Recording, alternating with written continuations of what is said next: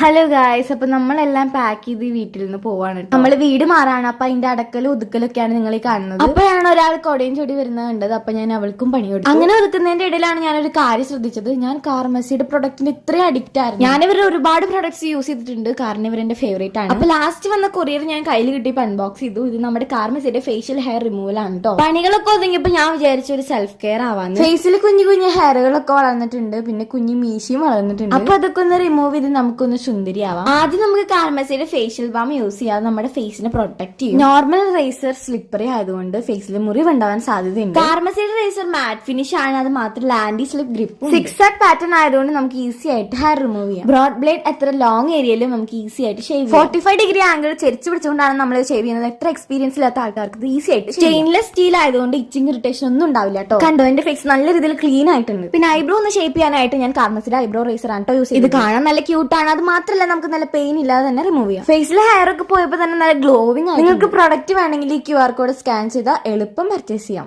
Amazon, Flipkart, Nykaa and പർപ്പിൾ.com ഇത് available ആണ്. അടുത്ത വീഡിയോയിൽ കാണാം. ടാറ്റാ.